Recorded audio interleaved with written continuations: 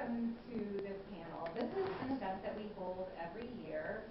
We invite alumni back to speak to our current students, usually the ENGL 1900 Intro to Literary Analysis students, but we enjoy having, any students or anyone who's interested in hearing. We started the panel because we had students sort of wondering, what can we do with an English or a creative writing major? And we were like, well, we know what we can do because we have some fabulous students who have graduated and are doing amazing things. And so we started inviting them back. And so we ended up with this panel today partly because some of them are doing things that you all expressed interest in doing in one way or another. So they may have some really useful and interesting ideas for you that they're going to be presenting tonight. So what I'd like to do is just introduce each one, and then I will step aside, and we'll just start with Taylor and let Taylor speak for a bit, and then each of our other panelists. And then when they're finished, we'll stop and take time for questions that you may have. So Taylor Grunlow graduated in 2011 with a creative writing emphasis. Currently assistant professor of theater and film at Missouri University of Science and Technology. Has also taught for us at Webster University before, and is going to be teaching for us in the spring, we just learned. So if anybody interested in taking playwriting, Taylor will be here. Monday, Wednesday, Friday at 11. Taylor earned his MFA in playwriting and a certificate in new play directing from College University, is the founding artistic director of the Tesseract Theater Company, playwright who is averaging one new full-length piece a year, which is amazing to me. Has also done script writing, involved in dramaturgy in the realm of new play development. So all sorts of interesting things that I'm sure Taylor will be willing to share with you. Then we have Amina Kafik Osmanovic, who graduated in May of 2021. Editor and Communications Specialist for Treasury DNP at the Federal Reserve Bank of St. Louis, which I think is such a cool sounding job, and I can't wait to hear more about what it is. And your degree was in creative writing, and you also had a BA in advertising and marketing. So very interesting combination of degrees. And then we have Amy Milner, who graduated in 2015 with a major in English, is currently Executive Vice President of Partner Sales at Abstract Marketing. Also sounds very interesting. And has written several featured articles with a colleague for their company. And I had a chance to look at them. They're on things like performance and leadership and an optimistic outlook at work. Thank you, Amy, for being here. And then we have Lauren Rose, who graduated in 2017. Is currently a reference librarian in the History and Genealogy Department at St. Louis County Library. Lauren's major was in English, and Lauren had a minor in computer science. Also completed a master's in library and information science, and has picked up creative writing as a hobby. And then finally we have Grace Schmidt. Grace just graduated in the spring of 2023, so very recent graduate. and that, though, as an English language arts teacher at Melville High School, majored as a double major in English and secondary education, and writes and publishes poetry, and is currently working on a poetry chapbook. So please join me in welcoming all of our really accomplished.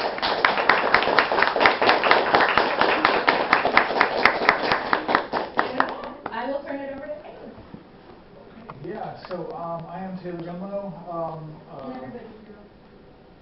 Can you hear me okay? Right on. So I graduated in 2011 and went off and got a MFA in playwriting.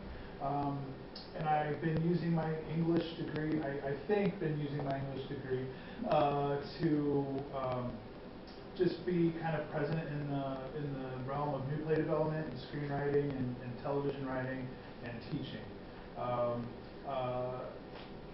I went to an MFA program in the Hollins Playwrights Lab in Virginia and had some successful plays, get up to New York, had some success on the fringe circuit, kind of going around town or around the country, and sort of networked my way into some gigs, screenwriting in LA, and then just kind of found myself teaching some classes at Missouri Science and Technology, where I found that engineers, when they graduate high school, a lot of students right now, I'm sure you have to face like, do I want to go with something I'm very passionate about, or something I sort of like maybe the job market might reward a little bit more, like an engineering degree or a comp sci degree. And so I discovered there's a lot of students at the Science and Tech University who have a lot of interest in the theater and the performing arts. So I just kind of fell in this pocket down there of teaching theater and theater writing to engineering students who didn't want that sort of absent in their lives right now. While I was here at Webster University, I also founded the Tesseract Theater Company in St. Louis, which was dedicated to new plays for about 10, 11 years. And then right after COVID, we got into producing bigger shows, bigger musicals. We just had the musical Kinky Boots play in the Grandel Theater a couple blocks down from the Fox this summer. Made some good box office records there. That's always nice. The biggest thing for the Tesseract Theater Company is our new play festival in the summer. So we have a new play development process. We try to find playwrights in St. Louis and around the country who are writing stuff that we think that are good for our community right now, and finding avenues to promote those pieces. I was the main grant writer for Tesseract Theater as well, and have a pretty successful record. Webster kind of helped teach me the fundamentals of grant writing, and I kind of put that to use for a nonprofit here in St. Louis, and also for proposals and fundraising at the university in Rolla, Missouri, to some pretty good success. It's kind of nice getting money. You're like, hey, I like this thing, here's why I like it, and here's why you should like it, and here's what gap it's filling in the community. And they're like, sweet, here's 5 figures. And so that's always been really nice. But that is sort of me in a nutshell. Full-time professor, part-time adjunct again. Now that the Writers Guild strike is over in LA, starting to get texts like it was like that night after the guild was over, my phone started blowing up. I need 1 sheets for this TV pilot, and can you give me a treatment, or can we get on a new pitch deck for this? So all the lawyers are back to work in LA now, and so I'm able to pay for my house with those gigs. And that always feels nice. Yeah, my wife really likes that. And so that's sort of me. I teach, and I'm sort of a freelance writer. I have my first musical opening a week from tonight.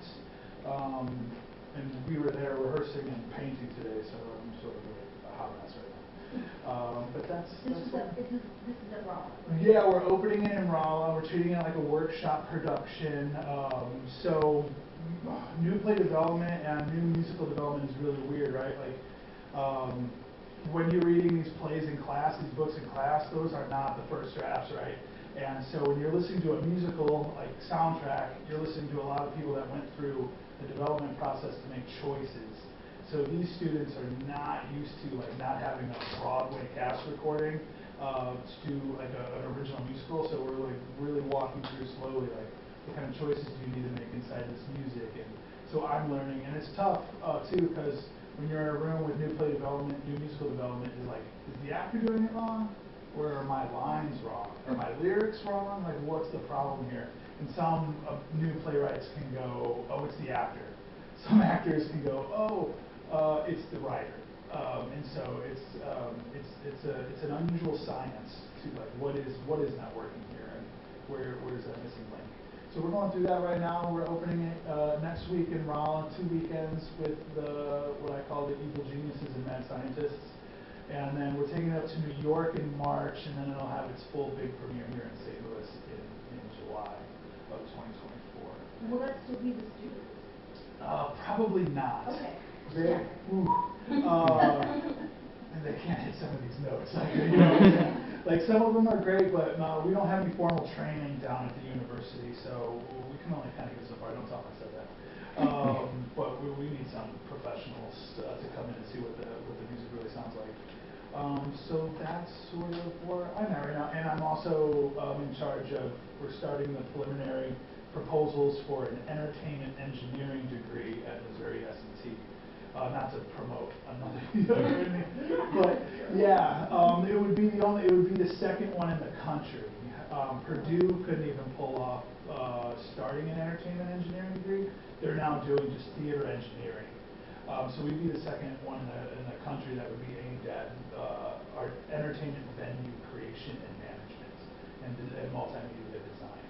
So it's, some people forget that media and entertainment is this country's #1 export. There's a lot of jobs and there's a lot of money in entertainment. There's a lot of money in cybersecurity for these streaming services. We had people from Disney Plus come in and talk and like there's a lot of jobs in every single sector of entertainment. A lot of content creation and stuff like that. So that's what we're exploring right now. Missouri can help out that sector of the country. That's me. That's what I'm doing. All right. Thank you.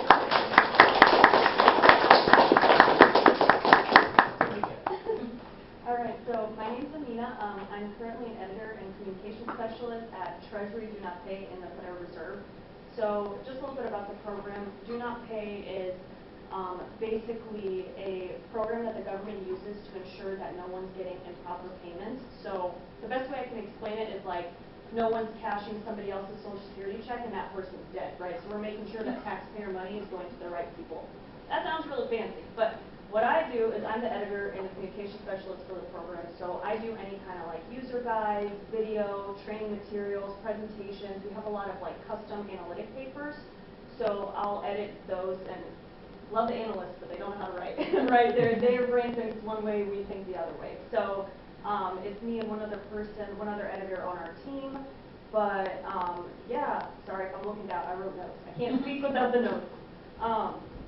So to get here, so I had my creative writing degree here, and then I had advertising and marketing. So when I initially started at Webster, I was undecided, but I knew that I really, really liked to write.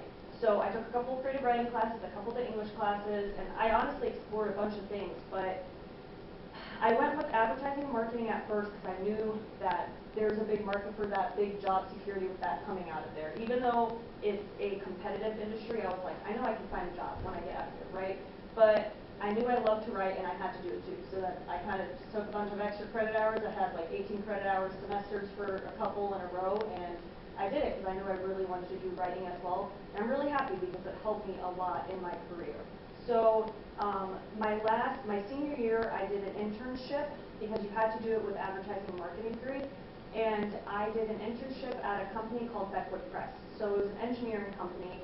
And of course, it was not what I was thinking would be like a job, something that I liked coming out of college, But my brother-in-law worked there, and he was like, we need an intern, like we need a marketing intern, just come over here, let's see if you like it. So I started there, and I was there it was a semester, and then as soon as I graduated, they asked me to work there full-time as one of the marketing specialists. And I took it, and I really liked it. Even though it was engineering, and it was an engineering company, and I wasn't 100% sure that was the industry I wanted to be in. But that job taught me a lot. It was a smaller company, and not a startup, but there was about 70 people there. But the marketing was small. It was me and my boss. So it allowed me to really get my hands in the pot and really learn hands-on everything I needed to do. I started exploring video there, so videography, photography. I did all the commercials for us and stuff like that, any kind of design, print ads, and yeah, that just kind of got my feet wet. Then I got into technical writing there, so we started writing a lot of technical pieces for the industry. We did hydraulic machinery, and that kind of, I want to say, is what helped blossom me where I'm at now, because a lot of what I'm writing now is more technical per se, right? It's those user guides, those 60-page things that you're only going to look at if you don't know how to do something and need help. But I'd say that's kind of how the road took me there. Networking too, that was a big part. So if you don't have a LinkedIn, create a LinkedIn. That's my best tip, because even if you think like, oh, LinkedIn's only for, I don't know, business people or whatever, it's not. Like, it's for everybody, and you will be surprised at who you can find and who you can connect with on there, and like the jobs you can find on there as well. And I'd say some parts of the English major that helped me get to where I'm at today is a big part of it was the criticism. So like how to take criticism and how to give it in the classes. So you'll know in creative writing classes, you have your piece, at least how we did it in my classes, you can't talk and everyone kind of butchers it, right? And that was instrumental in transitioning me to like the corporate world and just to like what I call big girl job, right? Like you're gonna have to learn how to take criticism, how to give it, especially if you want to do anything with writing or editing or creating. Honestly, creativity, you're always gonna have someone criticizing it in one way or another. And then also learning how to follow like formats and requirements. So I know as annoying it can be to have to cite everything perfectly in MLA format and all that stuff, like it will come in handy. For instance, we use Chicago style, but we use like Treasury's manual first. If that doesn't work, we use another one, and then we refer to Chicago. So, you know, just learning how to follow those kind of formats or requirements will help you with any kind of like writing career path you take. And yeah, I think in general, the English degree just really helped me learn how to communicate, how to like analyze different situations. Like the whole day you're staring at text, you're analyzing, why did this character do this? Why did this happen? Whatever. And it just helped me so much getting into a professional setting in like the corporate world and learning how to talk to different people. And like not everybody communicates the same way. You're gonna figure that out, and everyone has different ways of thinking. Some people you gotta get straight to the point. Other people you gotta kind of like, hey, how are you? How's the day? How's your kids? Whatever, you know. But that's kind of things you start to learn the more you're in those like corporate settings, and English definitely helped me with that. Yeah, overall, I love the English program, and I would do it again. I think if I would do it again, I would do English like right off the bat instead of being undecided. But yeah, I think that's me in a nutshell.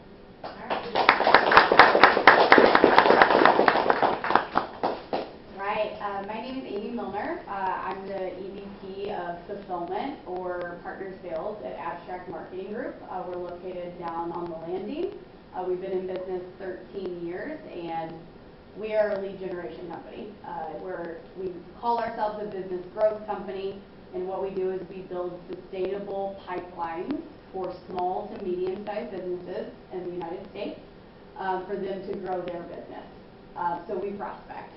We use all different mediums of prospecting. We started, number one, as a cold calling company, but now in the past few years, we also acquired Sapper Consulting, which is now completely enveloped into Abstract, and they were the number one email marketing company in St. Louis. So now we have a variety of engines that we use to prospect for our clients and help their businesses grow. And quite honestly, it's cheesy, but our mantra is to really help small to medium-sized business owners realize the American dream, as cheesy as that is, but help them grow and add back to the economy in the United States and provide jobs within those metros that we work in, and then provide opportunities to the people inside those businesses also, and then provide opportunities to the people to come and work with us. So that's what we do, and very unconventional path that I took there. I was supposed to be an English high school teacher at this point. So I know the professors in here would know that that was what I was going for, and I'll answer the question first of what's so incredible about the English department. It's definitely the professors and the leaders in this department. I didn't graduate until I was 25 years old. It took me 7 years to graduate because I dealt with major depression in those 7 years in this department, and I just want to say thank you today. These teachers, I wouldn't be here today speaking to all of you and the position I'm in and what it's done for my family if it hadn't been for this department. So I'm glad I got the chance to come back here today for the first time and say that. But I was going to be a high school English teacher, and I ended up graduating, finally got through it with my bachelor's in English in 2015, and I entered immediately into the master's program here at Webster, actually, to then get my master's in education.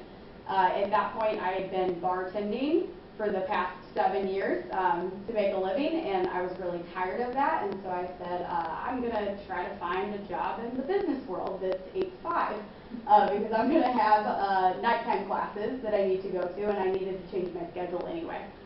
So there was actually another graduate alumni here, Brianna Nadler, who was in some of the same classes as me, and she had started working at Abstract at that point as a trainer, and I saw that she had, like you said, a big girl job on Facebook, and I said, are they hiring? And the rest is history. My first day there, I found out what I was actually going to be doing, which was making 135 phone calls a day to strangers to set appointments for businesses. I studied the website up and down before my interview. I studied the entire process on the website. I nailed my interview, had no idea what it actually was.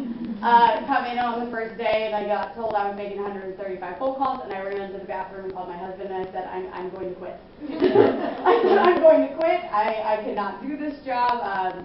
Absolutely not for me. Obviously, he encouraged me to work through the first month, and I'd say what happened was I pushed through it. I learned grit there, and honestly, I learned the grit that I had developed in this department, the criticism, like you said, and I got through the first month, and I really connected to my clients. So that's what started keeping me there, was talking to my clients, and I said I'm going to give it all I got for them, and in the first month, I didn't set the number of quota appointments I needed to, but one of the clients closed a business from one of my appointments in the first month that paid for the program for the entire year. And I was going to the night classes at the time, and I just remember with my whole background of failure and feeling like a failure up until that point, it felt like the first time that I'd really contributed something. And I was like, wow, I mean, that felt really cool. Like, he just paid for this entire program for the year. And so I'd say from there, the rest was history, and I started not enjoying going to class as much at night, and started looking forward to coming into work at Abstract the next day. So I played that role for 7 months, and then I started getting hunted down by, he is now the president of our company. I report directly to him. He was just a manager at that time too, and said, I really think you have leadership qualities. I think that you could lead a team, and so that's where I got to leading a partner sales team for the first time. And from there, I've been a leader in the company ever since, and just climbed up the ranks in leadership. I also ran our Maryville internship for 4 years on site. That's when I switched my career more from the client-facing to setting appointments for our own internal sales team for us to find new partners.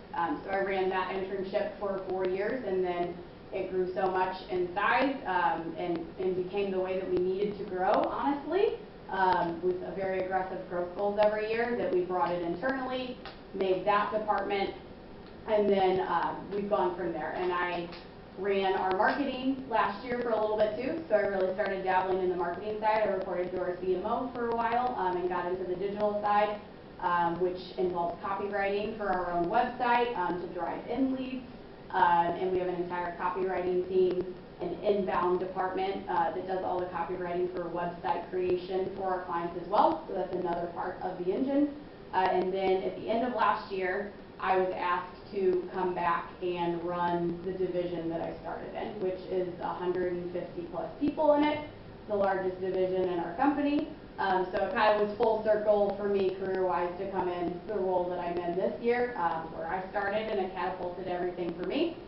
So I would say how I use my degrees, obviously communication, written and verbal, and the ability to lead people, and different walks of life. For me, I still love reading to this day. I have made it a purpose and a goal for me every year to add more fiction back into my life, even with my busy schedule. But I've read about 70 leadership books, I'd say, over the past 7 years, just with the role that I'm in. And what I have to say about an English degree is that I truly believe that English degrees can create leaders in this world, because when we read literature and we read these stories, it's about the complexity of being a human. in what people are choosing every day to do, whether it's bad choices or good choices that we read about. It's about the struggle that they go through internally to make those choices. And we sit in these classrooms and discuss that with each other and have to give persuasive arguments. And I'd say that's what sales is too. I wrote down a quote today. It's one of my favorite quotes, Simon Sinek. I don't know if anybody's heard of him, but he's my favorite leadership author. And he says, we don't do business with companies, we do business with people, and business is always about being human. So that's what I'd say the biggest thing that I'm doing right now is teaching other people now to be leaders to all different varying walks of life, different beliefs, different backgrounds and what they grew up in, and that's what we read in literature and the English department is those choices that they make in the paths that people take. I'm a huge advocate for diversity and inclusion in our company. I'm wearing the t-shirt today. My CMO told me to wear this today, but it says, do better, no pleases. And that comes from a Rachel Hollis book, actually, too. Big leadership author as well. And I'm one of the sponsors of our ERG for advancing women at Abstract. So I'm a huge advocate for women in business and having to deal with a lot of complexities in that area and supporting just all walks of life and diversity in our company. And I think that came from this department too, and just everything that I read and the inclusion and diversity that I think thrives in this school. But particularly in the English department, and just the openness that we all had to give each other feedback, and people have different opinions, and be able to to listen to each other, and be able to see someone else's side, and that's what sales is. So I'm in a sales role day in and day out, but at my core, I think I call it that I'm in a human and a leadership role. And I think that every English student can go out and take that path, and we need a lot of great leaders in a lot of different businesses. So that's what I've got.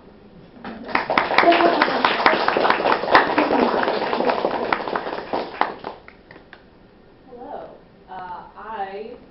You know my name. I don't know what I'm doing. Anyway, I graduated from Millville Senior High School, which made me really excited when she was like, yeah, you work there. And I was like, oh dang, how about that? Anyway, graduated there.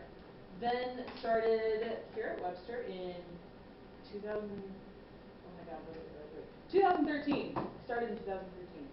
And I actually started as a computer science major because job security, man, seemed like such a great idea at the time. But then also, I think my first semester, I took major British Writers 2 with Sheila, which was an absolute delight because I have always enjoyed reading and literature and all that jazz. Cut to 2014 fall semester.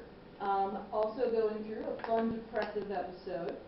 Really wonderful time. And I realized that I was miserable doing computer science, even though it was supposed to be good for me. Well, good for me personally, maybe not. Good for me and my career and everything, maybe. So that was my last semester as a computer science major, and then I somehow persuaded Sheila to be my advisor. I don't think that was too hard. I don't know how it happened. She was just like the main person that I knew, and so she became my advisor just because I was like, hey, what if I did this? And I still managed to graduate in time, even though I switched degrees after 3 semesters. So it was very fitting that I took Major British Writers 2 as my first class because British literature was definitely where my main focus was. I did not do creative writing. I did, what is the Literature Society and Politics? We don't have that. Oh, good. Anyway.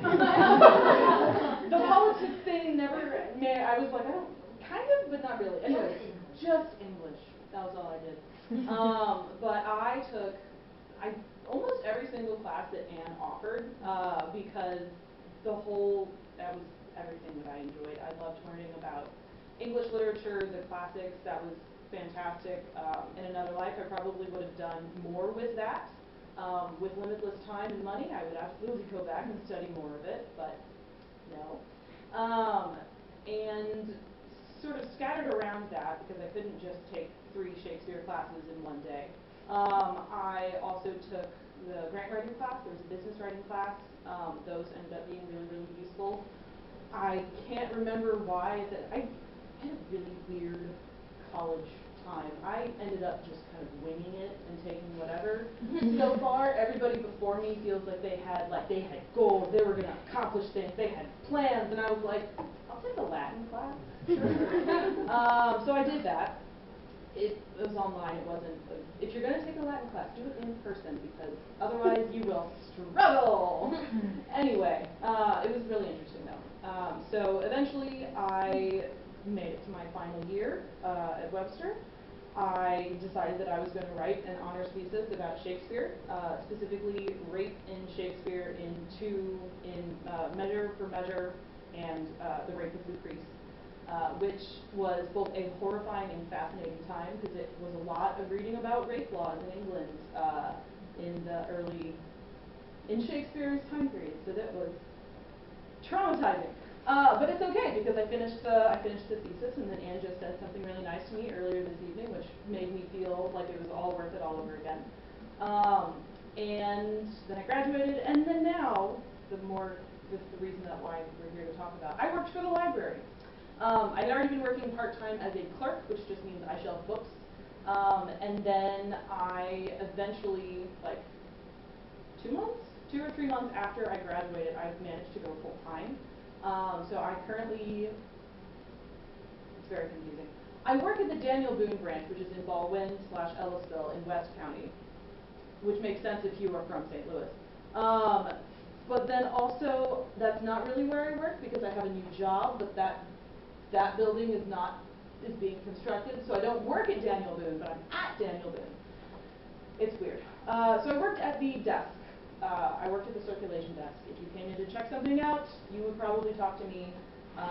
Or if you came and did the Rainbow League Gay Teens Club that I started, you would also have seen me there. Or Paint with Bob Ross.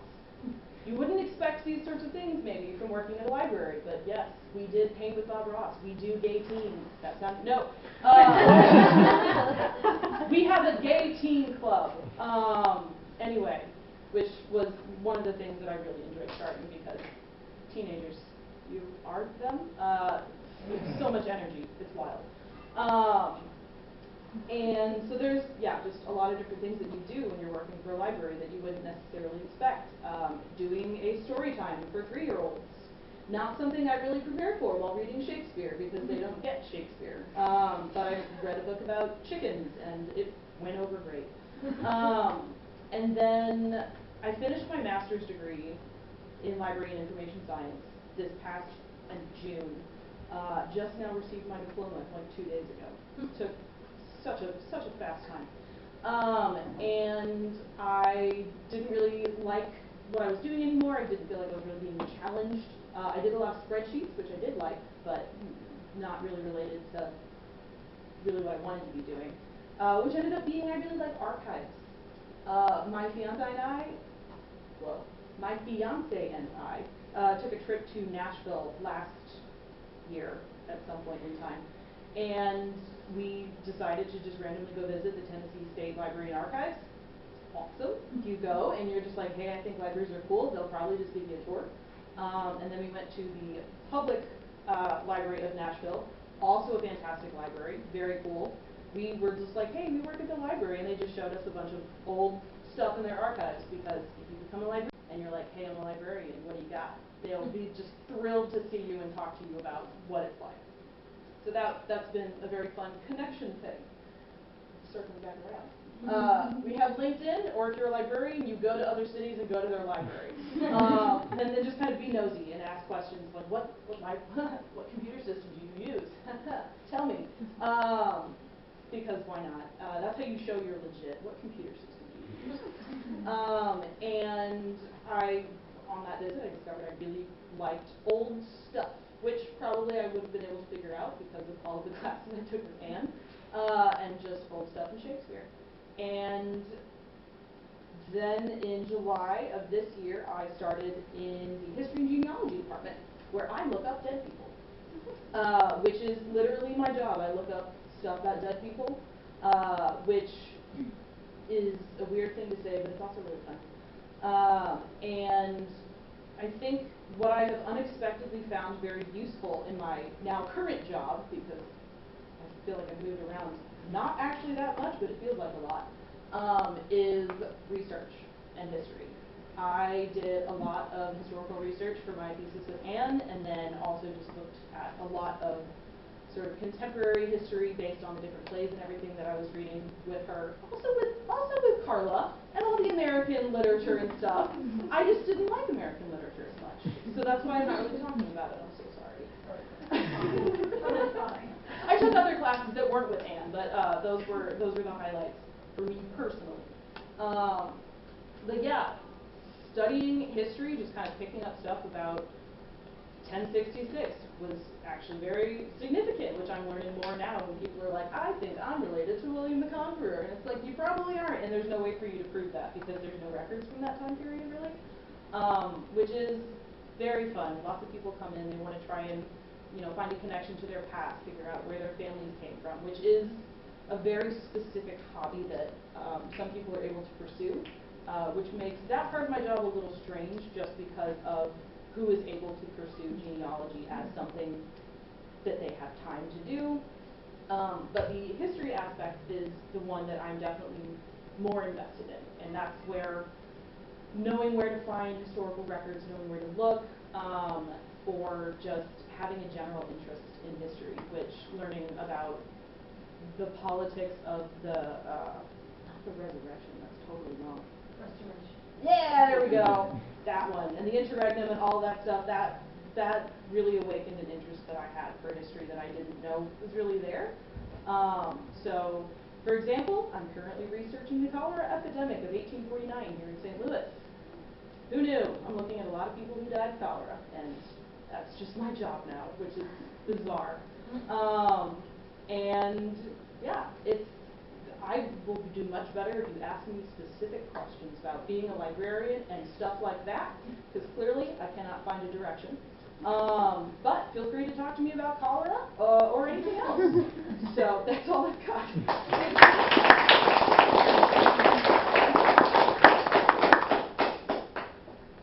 Hi, my name is Grace, which I just recently graduated in May, so it's a little bit funny being back so soon. I work at Melville High School. I'm an English language arts teacher, and I'm on a data team currently, which I can talk about a little bit more. But I think I should start with a question I get a lot as soon as I tell someone that I'm a teacher, I'm an educator.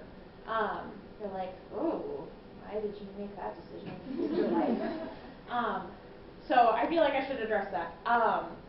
It's so worth it. If you are someone who enjoys educating other people, teaching people about things, if you're someone who you feel like you really want to uplift the future generation of kids, I think that you should definitely consider it. A lot of people talk about the bad parts of being a teacher, and I definitely agree that we should get paid more, and like I should have more plan time, and all of this stuff. But I think all of it, at least for me, is really, really worth it. And for every, I was thinking about this too today, because I had kind of a crazy day at school today. For every day where I'm super stressed out and feel like everything's going not the way that I imagined it when I was planning my lesson, there are those spark moments where you see just a spark go off in a kid's brain where they finally get something and you got through to them and they're like, wow, that really changed the way that I think. And I live for those moments. They make it so worth it for me. So I guess I should also talk about all the things that you should be doing now if you want to be an educator. And unfortunately, fortunately and unfortunately, they make it super complicated. So I wrote down just a bunch of stuff that you should know if you are currently in the education program, if you want to be in the education program here at Webster. The first thing you'll want to think about pursuing is a Missouri substitute license. You don't need to have graduated or have a degree to be a substitute. You just need transcripts from all the institutions you've attended. So I did this while I was a student, and actually you need to eventually, if you are in education, because you need a substitute license to do your practicum and your student teaching. So I would recommend pursuing it even earlier than that, because I think it's a good way to gain experience, and you can make a little extra money too, which is always nice. So to do that, you need your transcripts from everywhere that you've gone to school, your high school diploma, and a fingerprinting and background check. So I guess another part of this is that if you're interested in student teaching and doing practicum and all these things at Webster, the cost racks up pretty quick. And then, at least for me during my student teaching, I did work during it, and it was extremely difficult. So if you're in a place where you can do student teaching and just completely focus on that, I recommend it, but unfortunately, like, money is a thing that exists, and like we have to have it, so I had to work during it. It was really difficult, but like I said, it was worth it. So think about like saving money now. I think that's a good thing to think about, because I did not think about this as a freshman. I had no idea what I was doing. I'm a first generation student. I came into college like not knowing what to do.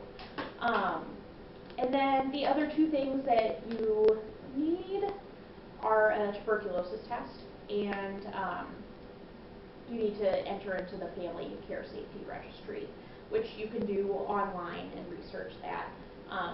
That's pretty easy. Again, it does cost anywhere from like $25 to $70, depending on health insurance and all that icky stuff. So that's all like the technical things. As far as how my English degree helped me succeed in this career, so many ways. I always say that to my students to kind of incentivize like reading and analyzing literature and making persuasive arguments, like everyone has been mentioning. You get really good at bullshitting.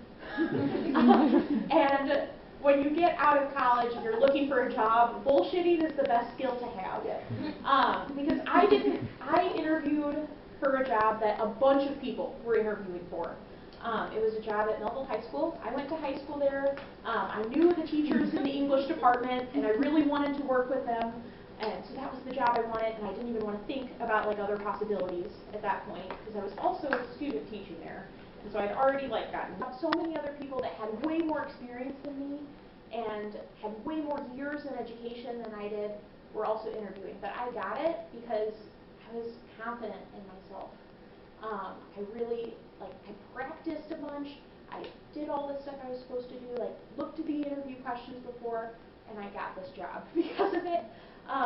And honestly, I don't want to say that bullshitting is the only reason. Like, I am qualified, I have a degree, that kind of stuff. But, and I am so thankful for the job that I have now and for being able to teach future generations. Well, so I was also a debate kid when I was in high school, and I think that's where the bullshitting started. But sometimes I think it's beneficial to like keep repeating something, even though like something that you don't believe about yourself. So coming out of college, I was like, I don't have that much experience, and it was so hard to get into education for some reason without any experience. I wonder why. But once I started believing in myself and the things that I had done in student teaching, I'm like, wow, like, okay, my students are like writing me all these, like, dude, like colored me all these pictures and they're high schoolers. So I was like, oh, interesting. I wasn't expecting that. But like I had all this stuff from students, and I had all the fun activities that we'd done in class that were successful. I put those together, and I was like, okay, I am actually good at this. and I need to like start believing it. So I guess that's where the bullshitting comes in.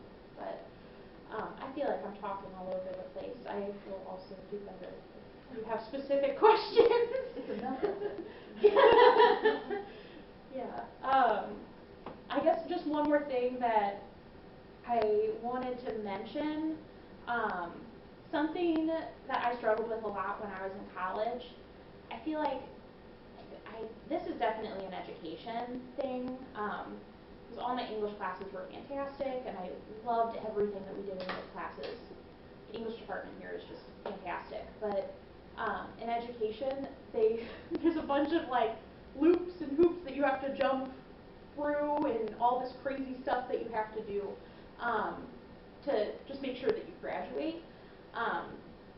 So I would just say, if you're disappointed on all of that and some of the things that, like feeling like I felt like I didn't have enough time in some of my education classes to learn the stuff that like really matters, because I was too busy writing like the 60-page unit plan, which I promise you there's like 0% chance you're going to do that as a teacher. 0% chance that you'll be writing a 60-page unit plan. I would start thinking and maybe like journaling on like, I call them disaster scenarios, situations in a classroom that are really hard to prepare for. So today I had a student faint in my classroom, and I guess luckily for me that's something I've considered a lot. Because being a first-year teacher, you don't really know what you're doing sometimes. And you just have to like do what's best for your kids and like try to figure it out along the way and hope it's all going to be okay and try to hold everything together. But I think thinking about these disaster scenarios now and trying to come up with solutions and putting yourself in the shoes of an educator, because you are an educator. If this is something you're studying, like just consider yourself an educator already. You're doing the work. So yeah, I guess just consider like disasters. That's good advice for life.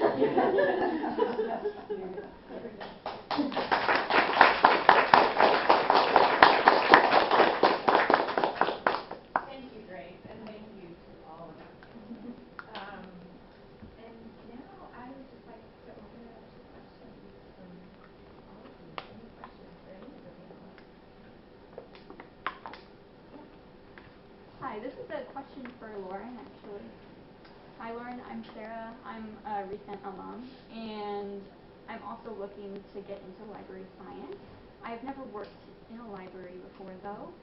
So I was wondering how you would recommend someone who doesn't have any prior experience working as a clerk or something break into the field. Yeah, absolutely. I will say when I went to, I did my online graduate degree, started in fall of 2019 at the St. Louis County Library. Very generously has a like tuition reimbursement program, so that really made things sweet. I also went so slowly because I got only reimbursed a certain amount a year, and I was like, fine, only one class a semester, twist my arm. But there were plenty of people there who didn't really seem to have library experience. So even if you do decide to start taking some MLS classes, you won't be the only person there who doesn't seem to have a whole lot of experience. Totally normal thing.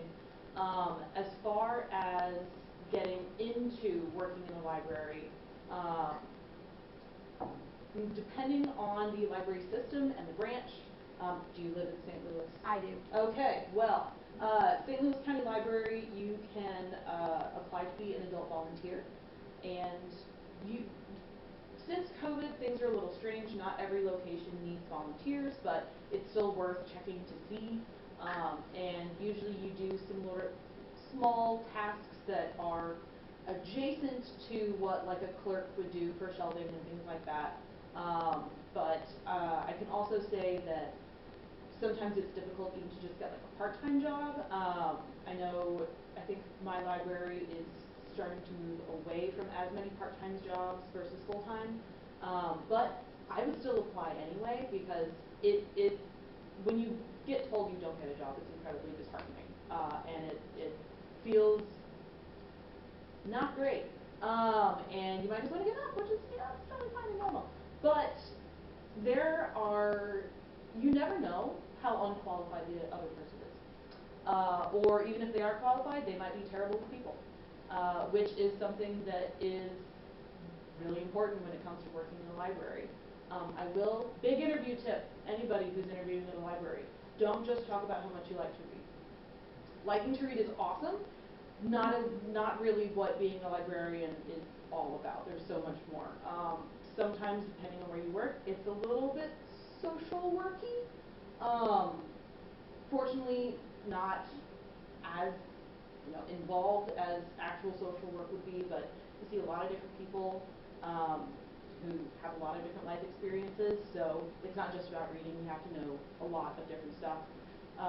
To give you an idea, the library now gives out Narcan kits, which is something that you can just administer to someone who is having an overdose reaction.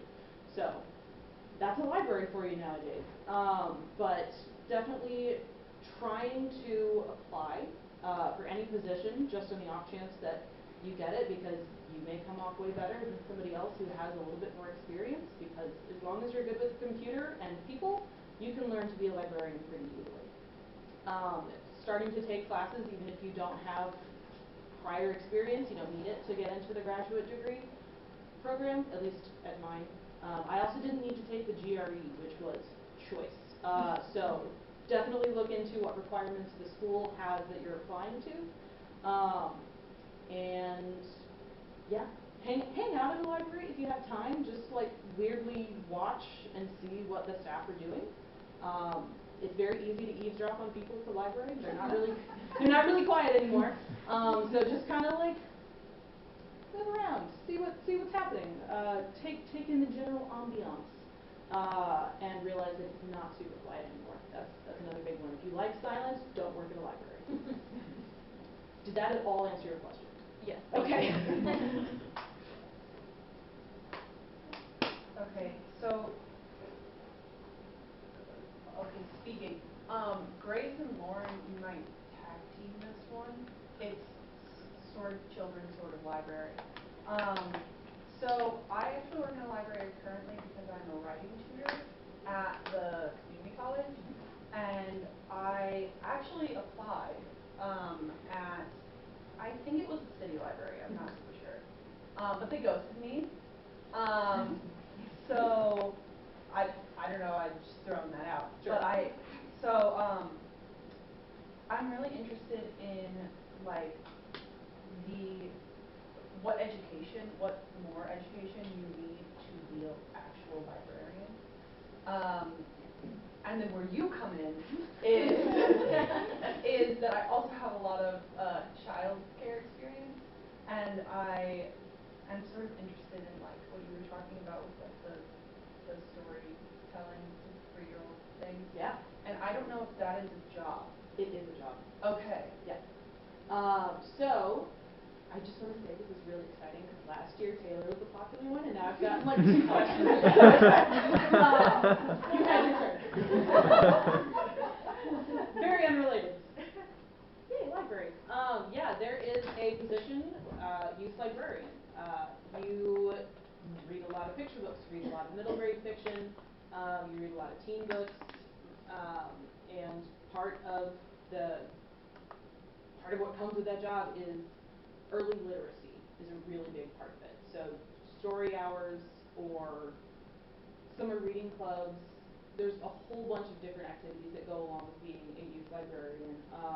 And you do typically need to have a degree for it. You are able to get the job without a degree. I know at my library, they pay slightly less if you don't have the Master's in Library Science, but you could still get the job.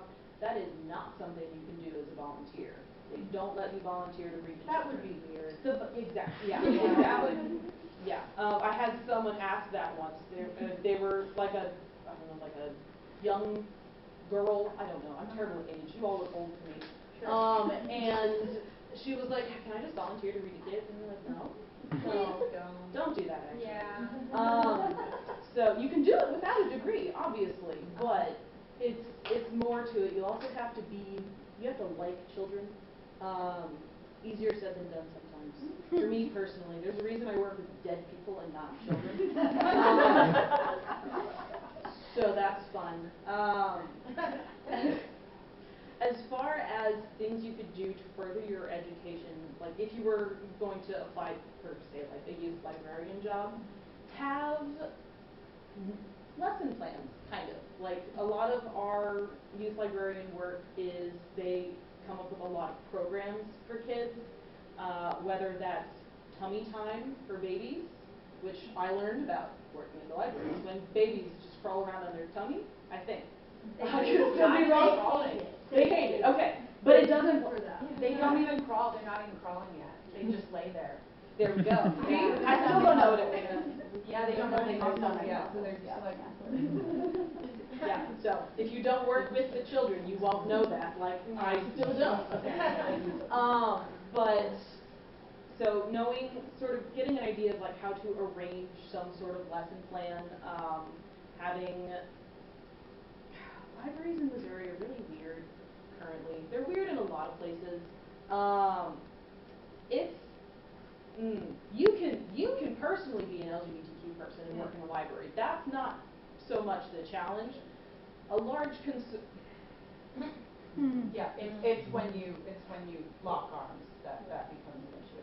yes, and also having books in your collection that express diversity in almost any regard, but especially in queer themes. So that's interesting. If you're thinking about doing lesson plans, I thought of that because you have to be careful about what you choose to read to story hours, because I read a gay chicken book. The chickens weren't gay, but there were gay people in the chicken book. And fortunately, that went over okay. But as I was reading it, I was like, oh yeah, it's gay. Hopefully everyone's cool, and everyone was fine. But that is a fun, weird thing that you have to be concerned about, especially with being a youth librarian, because you want to make a welcoming space for all children, all people, everybody. But unfortunately, right now, you have to be careful, which is disheartening to say the least. Read picture books, super easy to do. You can just kind of go through and be done with 10 in 10 minutes. Start reading just read so many things. If you like reading YA, read young adult literature. It's not for everyone, but the kids seem to like it. So, Can I ask a follow-up? yes, please. How hard is it to get that job? Well, a lot of it is vibes. Okay. Bullshitting. Bullshitting vibes. Exactly. Yeah. No. I have both of those skills. Perfect. If you can vibe and you can bullshit, you're definitely well on the way. Writing that down. Yeah. Vibes and bullshit. Because sort of like how I recommended if you go to apply for a library job, don't just say, oh, I love to read, because that's not really what it's all about. If you went to apply for like a youth librarian job, don't just be like, oh, I love kids, because that's possibly not true, could be creepy. And then also not what the job is all about. Yes, you have to like children, but more importantly, you have to have a bit of educator in you, because that is a huge part of interacting with kids at a young age. You have to have a wildly diverse skill set, whether that is a little bit of performing. If you take, She could sing. that's good. Oh. I sang like one line of a song in your class like 3 days ago. And that could get you the job, though. One of our youth librarians at my branch can play the ukulele, and it is a huge smash hit every time. That you could use that skill. That would be something that I would make sure to highlight in an interview. If you take one of Anne's Shakespeare classes, she will make you perform a scene from Shakespeare.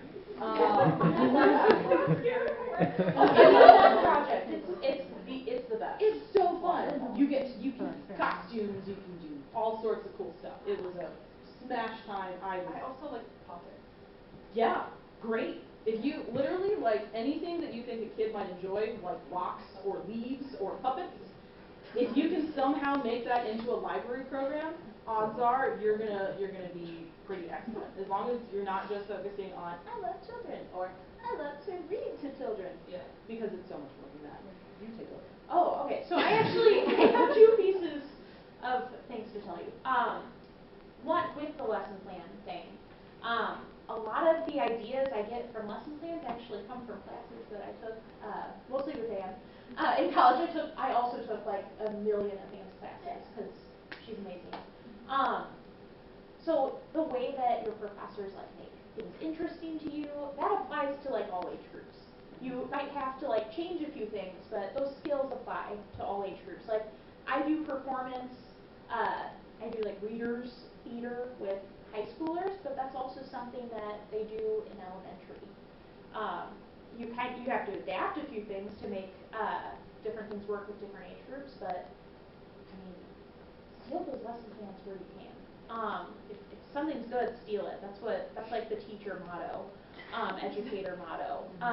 The next thing, I meant to mention this when I was talking before, but I didn't.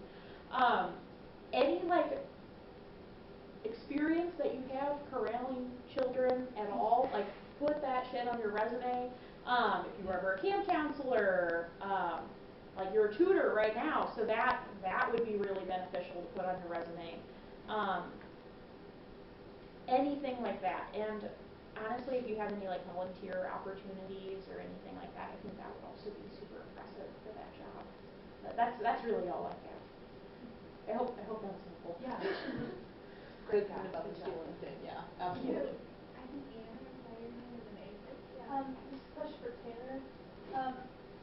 Do you have any advice for someone who might be looking into pursuing teaching post-secondary education? Oh yeah. Where do you want to end up? What I was always told, I forgot who told me this. It might have been Michael Erickson. You can pick your expertise, but you can't pick your location. Film and theater, Missouri, right? I'm like, oh, I mean, it's weird that I found a spot here in Missouri, but there's no playwriting MFA program in St. Louis, right? So it was really hard for me to carve out my own space here. But what do you want to teach and where you want to end up are probably key. And are you okay with moving? Are you okay being somewhere else? Or would you be okay with having this MFA or PhD degree and working a job that you're not so cool with in St. Louis while you're waiting for a job to open up? Is like number one. Like where are you? Where is your support system? And are you okay with being outside of that? Like, do you need to be next to family? Do you want? Is there that kind of stuff? Is something you strongly want to look into.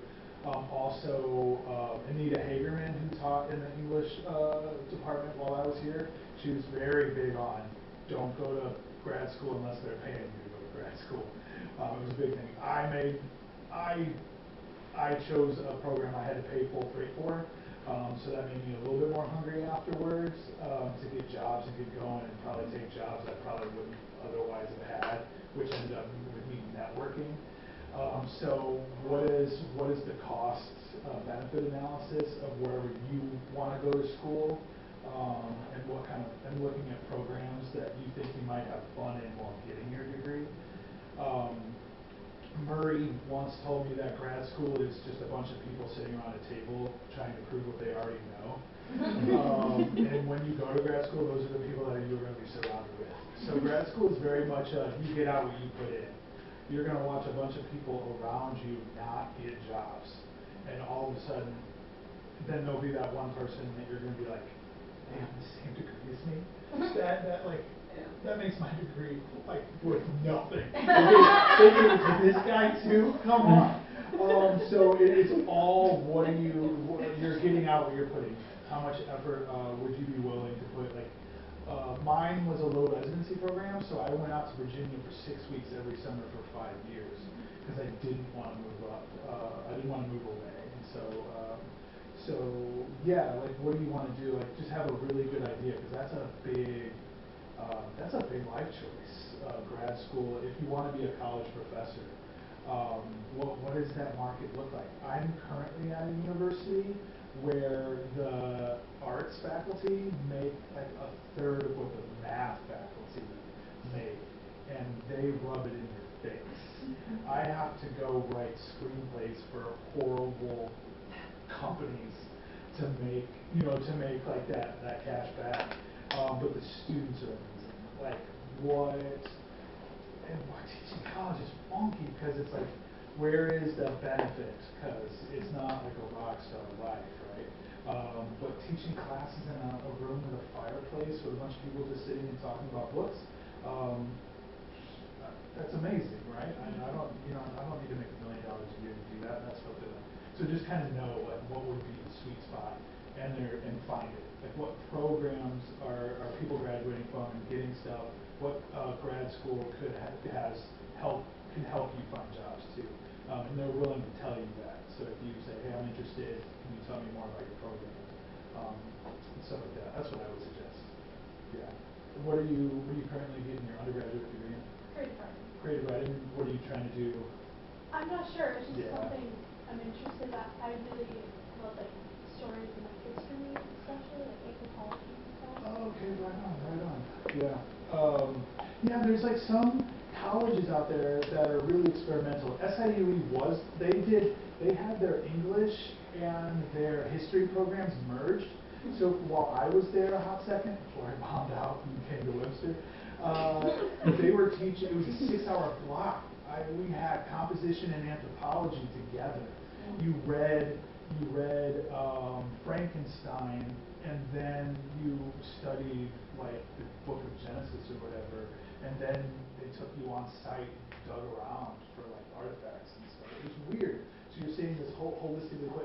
So are you an experimental? Would you be interested in experimental education, like in a college like that? And, like, where would you want to land and start like sussing that out as you get to senior level here at Webster? Yeah. Thanks, Taylor, and I think Avery has a question. Yeah, hey Taylor. Oh, I don't know if you remember, like 2 years ago. Yeah, I had Avery. Okay. I know, yeah. I was like, hi. Hi. Well, thanks to you, I'm now getting a double major in English. So, Yay. yeah, Because yay. you were in the conservatory. Yeah, right? I still am. Yeah, Nice. now I'm a double major in directing and English. And like, not gonna lie, like you kind of have my pipe dream because I love new work. Like this past summer, I got to work at Arkansas New Place Festival, and I'm like getting my hands with like all these little new works. So my big question for you is like, where does like a wee little baby writer like me like kind of like find? I know it's so hard. Like find good places to workshop things that will like. Oof. Yeah. I think that's like hard question. Yeah. Yeah. Sometimes like find a program that you're like, is it Portland Center Stage? They did a whole bunch of new works, right? Like who did they produce? And start like reverse engineering it. That's what I did. Who do you like as a writer? Who do you like as a director? Find where they started and then start making contact with those companies. That's what I did as a playwright, right? Because my plays are really sort of funky and weird. So I'm like, who did this play that I sort of really look at? Who's doing Simon Stevens plays, right, in the U.S.? And then I was like, oh, they did it. And I was like, hey, I think I got a play that you're going to do. Because like, if you go to certain companies, like we at Tesseract, we're like, hey, I think you might like this play. It's 17 characters, and it's a period piece in the 1700s. While we're doing school shooting plays and revenge porn plays, and all this kind of crazy, diverse, in-your-face stuff. They're like, oh, I think you might like this romantic comedy with all white people in like 1960s. I'm like, why? They didn't look at us. So just find the companies, find the people that you admire, and reverse engineer that. But Portland Center Stage is a good one. Tennessee Rep is a great one. So yeah, you're thinking about writing. You're asking more of a writing kind of thing. Yeah, because I mean, I got familiar with the new works process, and I was like, oh my gosh, I love it. Because I love directing, I love writing. I'm just greedy. I want to do all the things. Right on. Yeah. The New Play Exchange. You can be a reader on the New Play Exchange, and like you start networking like crazy really fast on there. And there's also the Sundance. Everybody knows the Sundance Film Festival. But they have a theater lab where they Oh. take playwrights and directors, and if you're like, hey, I really want to work on this play with this writer or with this director, you submit applications there, and then they have a lot of money that they're giving theater people right now. Thank you. I hope that helps. Thank you. Yeah, it's nice to see you again. Yeah, you too. I'm glad you're writing. I know. Your play was baller. Thanks, Tess. I'll be around to bug you now that I know you're here next month. Nice. Sorry in advance. Please. No, we did it. Sorry, I kind of have one in the same. Oh, I'm sorry. Caitlin, you go ahead. Oh, it's okay. You should. Well, so my question is for so I'm curious at your institution, do you offer internships, and what kind of internships? And let's say one of these students were interested, what would they do to get one? So yes, the Federal Reserve Bank has a great internship program, and you get paid for it. Not a lot of places do that. And I know it's hard, like especially being a student, and like you need to make some kind of money on the side, right? So like finding an internship that pays you is amazing. Yeah, so the Federal Reserve Bank has internship programs, and I know they do it during the summer, so you have to be here for the summer to do it. And you just go online and apply. Like I know the one that we just had someone from the East Coast, she was our intern for our program, and she was like a religion major or something. Like it didn't really have to do with our program, you know, like just because you're not, I don't know, studying economics or something, whatever it is, or something government like doesn't mean you're not going to get the internship. So yeah, go on and just look on the website. I know most companies have really good internship programs during the summer, so definitely check it out. Like they're usually on LinkedIn from what not LinkedIn, Indeed from what I know and stuff. So. Yes, we also do have internship programs. I obviously mentioned the Maryville on-site. We did that for 4 years, and now we're also currently partnered with Lindenwood. We'll have to figure out something here with Webster someday. But we built 2 internship programs on-site at campuses too, so that we get to bring some of the culture from our company out to the on-site with the college. And then it's more convenient for the students too, to get to do some of the work and learn some of the work, but on campus. But then we do internships also at our actual company. We do not do internships for the department I run right now, so don't worry if everyone's scared, you don't have to go do an internship for cold calling. But that is our entry level position though. Like, I will say that, but I mean obviously I'm in the spot that I'm in and I started in that. If you look on our website, 90% of our executive team started in that role.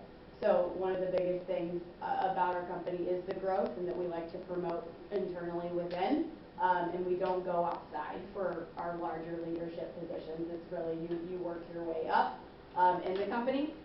But the main internships that we do is more in the marketing department. I'd say in copywriting positions. And being able to write for us. One of our directors right now of marketing started as an intern. So we have had interns work their entire way up.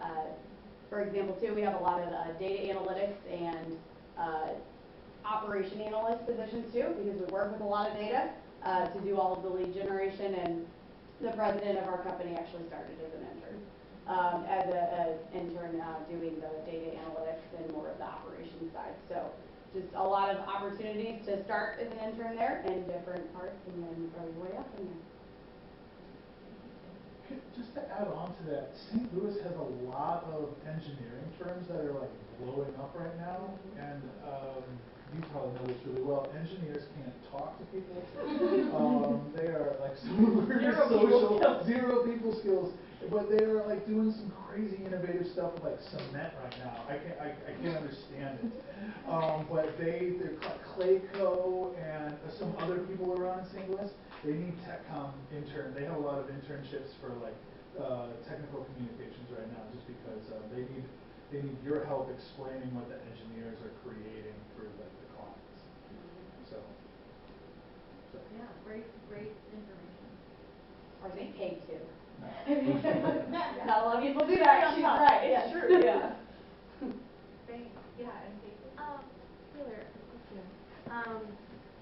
So you mentioned getting texts from people in LA. How did you break into the screenwriting in LA field? Because I feel like that's a difficult Yeah, it was, St. Louis is famous for people like moving away. And I'm old enough now that a lot of shifts have happened, a lot of people have gone to New York, and a lot of people have gone to LA.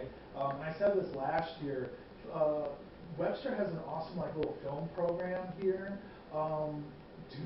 Help out with their short films. Either act or like, hey, can I carry some cables for you? Because those people are going to move to LA or New York, and then you can go, hey, you have a couch, or like, what are you up to? Or like, hey, I'm writing something really quick, or like that kind of stuff. I volunteered for a lot of stuff. Then a lot of people volunteered for like programs, like stuff I was working on. But my LA stuff was I was working in Ferguson and Florissant during a lot of the protest era and stuff like that, with a lot of black artists that move out to LA, and they got together and found money and programs, and they're just always like, hey, we need this written. We have this idea, but we need this written. And sometimes I'll write a screenplay for them, and they'll run with it, and it'll get some cash, and it always never gets made. But that's just talking with people and being part of like local like small projects, and as people scatter, you just kind of keep up those relationships. That's what I did. And then if you got the cash, if you got the startup capital, you can always go out to LA and hire a lawyer who is connected. And you can maybe waste a few retainer hours on them reading it, and then honestly telling you if they feel comfortable trying to pitch it elsewhere, or if you don't really have things that people are looking for right now. Sometimes that's cheaper in the long run than moving out there and trying to see what's going on. So a lawyer would do that? Yeah, they have certain lawyers. I have a lawyer right now. Yeah, he just reads stuff, and then he goes into certain areas and he'll pitch it and stuff like that. There's a whole lot of rules as far as agents and studios and what they're allowed to take, what they're not allowed to take in, and stuff like that. But if it's a lawyer, they can come in and talk to them on your behalf. Yeah, but local small projects, you meet a lot of cool people. I was talking about Eric Peterson. Like Webster now had the guy playing Draco in The Cursed Child up on Broadway was from here. And I'm taking a bunch of students up there next spring, and they're going to talk to Eric about what it's like to live in New York. And all of a sudden now you have 15 more students that know this kid who's on the coming up, stuff like that. It's crazy because I was thinking about that the other day. I just saw him here in like a little clown project, like in some random studio at like midnight. I was one of 5 people there, but yeah, it was awesome. Yeah, now you got a connection on Broadway. Oh yeah, let's go, Eric. Let's go trick out. If there's not a question right this second, I want to add one. You have to know what you want to do. I didn't know I was going to be a librarian. I had no idea. I didn't know what I was going to do at all. I don't know if I don't know how. Sometimes the job that you end up with is incredibly random. So if you are like me and you don't have a huge amount of ambition and you just want to live your life with your future wife and your cat, and you're like, yep, this is what I want to support. Just do things that interest you if you're fortunate enough to have that ability to do so, and try not. It's a very stressful world. Try not to stress about what you're going to do for the rest of your life because you don't know. And sometimes that's okay. That's such great advice. I thought I was going to be a veterinarian. Great veterinarian. It's never too late. We always talk about how Anne needs to have a food blog. She needs a food blog. To add to that too, I'd love to add to that. Be a hand raiser in whatever first job that you take or first few jobs that you take. Just be willing to be adaptable, and be the person that if something's not working over here and someone sees a skill set in you that you think you don't even have, like be the person that says, okay, I'll go do it. And just adaptability in general will open more connections in your job that you're in, and then hop you over places, and you're just going to continue to pick up more skills as you go along that way. So just learn to be adaptable and be a hand raiser. That's also great advice. Alex Crum, who every single year when she's been on this panel, but couldn't come this year, started out right after she graduated at a company that was named something different than it's called now, and they hired her as a green ninja, and now she's like, you know, director of marketing or something, and she just was, that's what she did, she just adapted whatever they threw at her, she figured out how to do it, and she's had like 6 or 8 different jobs at this company, and the company has changed what it does and its name, and she's just kind of kept growing and moving up the whole time. And that's that adaptability, and also some comfort with ambiguity, which we all have when we read literature, like, you know, you're like, oh, I don't know exactly what it means. Like, that's good, right? You're exploring the possibilities, that comfort with ambiguity, and that ability to just learn on your feet. That's huge. I would also like to add, like, from an education perspective, like, we need people like you. We need creative thinkers. We need people that are willing to think about education in a completely different way, and to flip everything on its head. So, if that's something you're interested in, you're worried, like, oh, I don't know if, like, my ideas about education would totally fit, you should try it, because I was worried about that too. And I'm teaching at Melville, and it's going fantastic. So how are you flipping them along? I mean, Well, you just started, so I understand. The project's not complete yet. I do a lot of hands-on learning activities. We do, I like to say that making learning fun is like my goal, because creating meaningful learning experiences, that's going to help kids to actually like remember the information. So one lesson that I did in my student teaching and I do now, and it's gone so fantastic every time. I have students create their own word when we're learning about Shakespeare, because he was kind of a wordsmith, and honestly, like, they don't really get Shakespeare unless they try to like be Shakespeare, is what I've found out. So I have them try to invent a word that that doesn't exist. And then we learn about, like a little bit of linguistics, if anybody has had Dr. Gregory here. That was inspired by her class. So I have my high school students, some who say like English is their least favorite subject, working with like complex linguistics, and they're like, oh, this is so fun. Like, I'm like, you like English, like, just admit it, you like it. So that's what I've been doing recently. Yeah. Y'all, this has been wonderful. I feel like we could keep on going, but in the interest of time, I'm going to wrap it up. But thank you so much for coming and giving us your time, your expertise, and your experiences. So